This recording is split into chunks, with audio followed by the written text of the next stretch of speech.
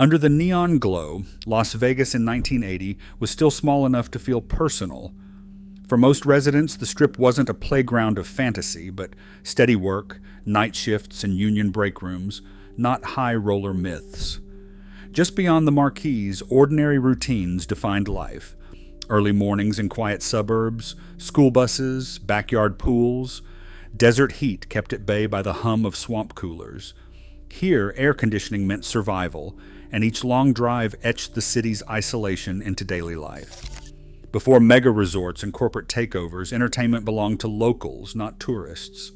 This was a city in transition, a place holding on to its manageable human scale as something bigger approached. So what was it really like to live here at that exact hinge point? Let's step inside the rhythms of 1980 Las Vegas. Clock-in comes just before midnight, behind the casino's public face. Dealers step through back entrances, past bulletin boards plastered with union flyers and shift schedules. The air feels heavy. Cigarette smoke, a faint trace of cleaning solution, and the low hum of slot machines leaking through the walls. Most nights, the shift runs from 11 p.m. to 7 a.m. For those 8 hours, the world shrinks to felt tables, stacks of chips, and the constant shuffle of cards. On the graveyard shift, the rhythm is different. After the last showroom lets out, crowds surge, then thin, leaving a quiet that feels almost private. Chips move from hand to hand with a soft clatter, punctuated by the metallic ring of coins and the distant jingle of jackpots. Dealers watch for every gesture, every glance, always alert but never hurried. Tip logs fill slowly. Most nights they total between $100 and $200, more than the hourly wage ever promised. Every dollar is split between rent, groceries, and the hope of a little extra for the weekend. Breaks are spent in the union room where the coffee is strong and the talk is blunt. There is pride in the work, in the steady hands and the unspoken code of the pit.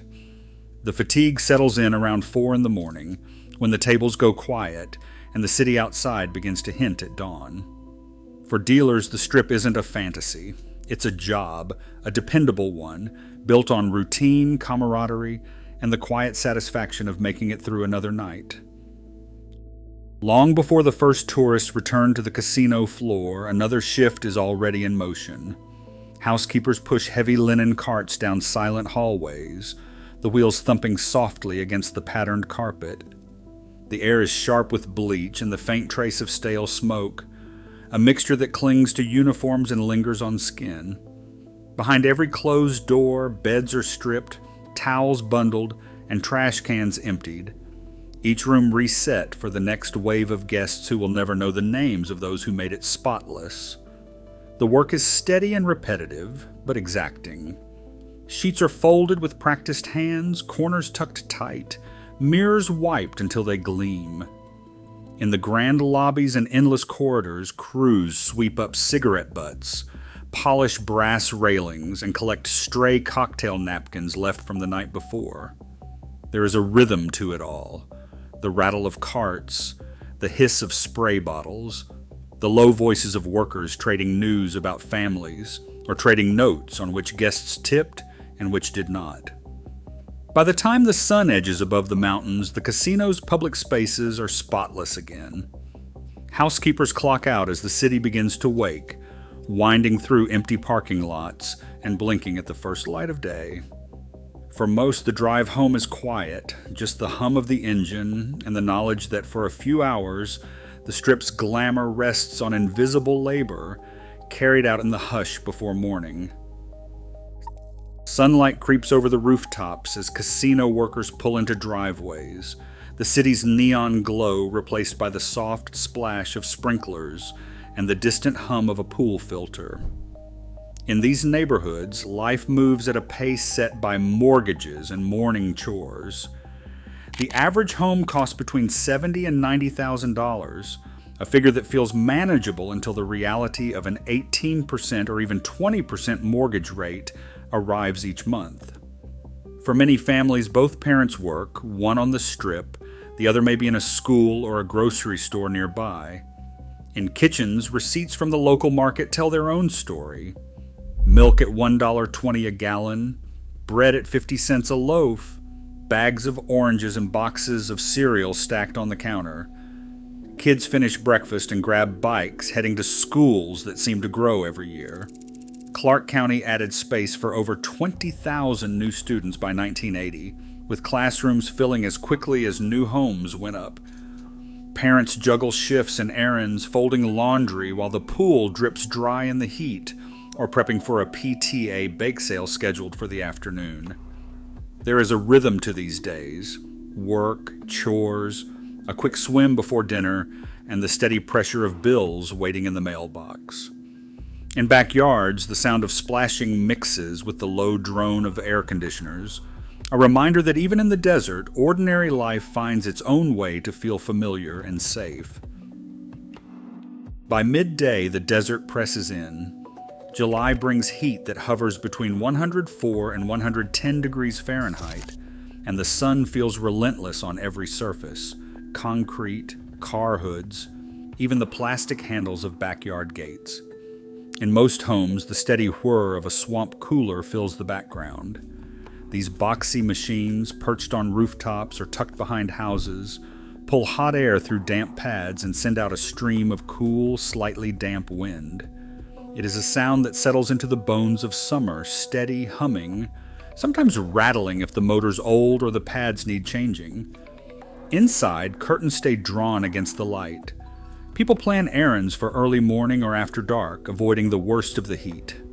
Afternoon means moving slowly, staying indoors, and waiting for the edge to come off the day. Isolation is real. Las Vegas sits alone in the Mojave, with the nearest big city, Los Angeles, more than 4 hours away by car. Quick getaways are not really an option, not with the cost of gas and the long, empty stretches of Interstate 15 shimmering in the heat. Most weekends, families stay put, making their own fun in the backyard or heading to a neighbor's pool. Then come the dust storms. Out of nowhere, a wall of wind sweeps through, carrying grit that stings the skin and blots out the sun. Plans get canceled, windows rattle, and the air takes on a metallic tang. When it passes, the world feels scrubbed raw, but cooler. By evening, there is a kind of relief, a chance to step outside, breathe, and hear the city's pulse shift as the strip lights flicker on in the distance. For locals, the desert's extremes are not just background. They shape every routine, every decision, and every reason to stay close to home. Evenings brought a different kind of relief, a chance to slip into a world that felt both glamorous and familiar. In 1980, showrooms along the Strip rarely held more than 500 people. Locals could find themselves just a few rows from the stage, watching national acts in rooms no bigger than a high school auditorium. A lounge manager remembers the regulars by name, saving a cluster of seats for casino workers just off shift. Comped tickets were common, handed out with a nod or a handshake, and the paper stubs often ended up tucked into wallets or pinned to refrigerators at home. The crowd was a mix of cocktail dresses, work uniforms, and the quiet buzz of neighbors catching up before the lights dimmed. Performers played to faces they recognized, not a sea of strangers. For residents, these nights weren't about spectacle. They were about feeling close to the music, the laughter, and each other. Las Vegas counted 164,674 people inside the city limits in 1980, with the metro area swelling past 463,000. Urban planners watched the numbers climb, tracking new subdivisions and crowded classrooms, seeing the town's edges stretch farther into the desert each month. The sense of a close-knit city began to slip as traffic thickened and familiar faces grew harder to spot at the grocery store. Then on a November morning, the MGM Grand Fire took 85 lives and forced the city to confront its own growth. The aftermath brought more than grief. It brought new rules. Sprinkler systems became mandatory, evacuation drills routine, and hotel operators faced a wave of inspections. For casino workers, nightly routines now included safety checks and the knowledge that the city was changing fast. The pace of expansion, once measured in quiet optimism, now carried a sharper edge. Las Vegas was still a place where people built lives, but the feeling of a manageable, personal town was beginning to fade. Today, Las Vegas holds over 2 million people, a world apart from the 164,000 who once called it manageable. As cities everywhere stretch and sprawl, the memory of ordinary lives beneath the neon reminds us every metropolis begins as a town, and sometimes the human scale is what we miss most.